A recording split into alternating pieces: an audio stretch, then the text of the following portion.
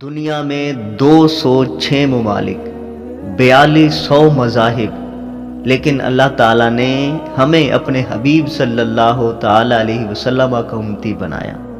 اس بات پہ ساری زندگی بھی اگر شکر کرے نا تو بھی کم ہے۔ وہ لوگ جنہوں نے سردی صرف کھڑکیوں سے دیکھی ہو اور غربت صرف کتابوں میں پڑھی ہو، وہ عام لوگوں کی قیادت نہیں کر سکتے۔ جانتے ہو دشمن سے بہترین انتقام لینے کا طریقہ کیا ہے؟ دشمن سے انتقام لینے کا بہترین طریقہ یہ ہے کہ آپ اپنی خوبیوں میں اضافہ کریں۔ چھوٹے آدمی کو اپنے آپ کو بڑا دکھانے کے لیے ہمیشہ موڈ میں رہنا پڑتا ہے، جبکہ بڑا آدمی ہمیشہ عاجزی میں رہتا ہے۔ جب کسی کو چن لیا جاتا ہے تو چہرہ معنی نہیں رکھتا، ماضی نہیں پوچھا جاتا، بس اسے خوش آمدید کہا جاتا۔ ہمیشہ مخلص رہیں۔ آپ کی موجودگی وقتی ہو سکتی ہے، مگر کردار اور رویے دائمی اثرات چھوڑتے ہیں۔ دنیا میں سب سے بھاری چیز آدمی کی خالی جیب ہوتی ہے۔ خالی جیب کے ساتھ چلنا بہت مشکل ہوتا ہے۔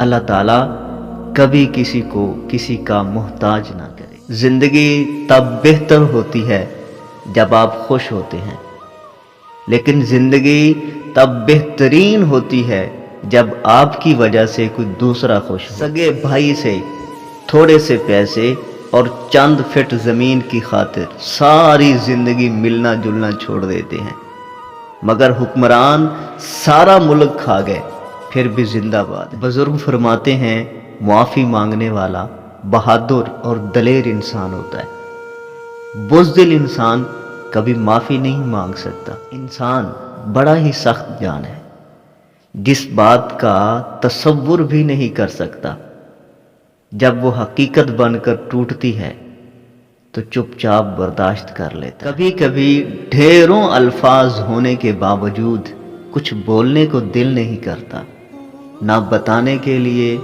نہ جتانے کے لیے، اور نہ ہی ہمدردی کے لیے۔ اللہ تعالیٰ اپنے بندوں کی تڑپ کو کبھی ضائع نہیں کرتا۔ اپنی مانگی ہوئی دعاؤں پہ یقین رکھیں، وہ رحمان ہے، وہ آپ کو مایوس نہیں کرے گا۔ انسان 2 دفعہ بدلتا ہے، جب کوئی بہت ہی خاص اس کی زندگی میں آ جائے، یا جب کوئی بہت ہی خاص اس کی زندگی سے چلا جائے۔ دوسروں کی مدد کے لیے ضروری نہیں کہ آپ طاقتور اور امیر ہوں، آپ کا صرف رحم دل ہونا ہی کافی ہے۔ کوئی اربوں کھا گئے، کوئی کھربوں لے کر ملک سے باہر چلے گئے، لیکن ہمیشہ پکڑے وہ جاتے ہیں جو موٹر سائیکل کے کاغذات گھر بھول جاتے ہیں۔ شکریہ پاکستان۔ جب ناخن بڑھ جاتے ہیں تو ناخن کاٹے جاتے ہیں، انگلیاں نہیں۔ بالکل اسی طرح جب کسی رشتے میں غلط فہمیاں پیدا ہو جائیں تو غلط فہمیاں ختم کرنی چاہیے، رشتہ اللہ تعالیٰ نے تو نماز میں بھی سجدہ سہو رکھا ہے، اور لوگ ہیں کہ ایک غلطی بھی معاف نہیں کرتے۔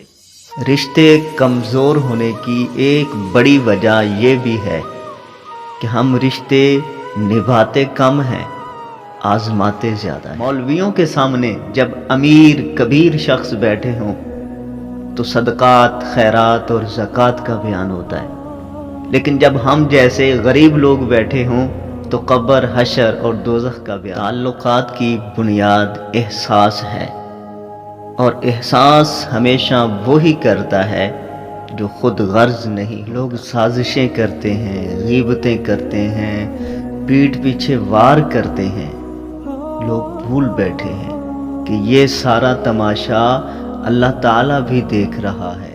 پوچھا گیا مومن کی راحت کس میں ہے؟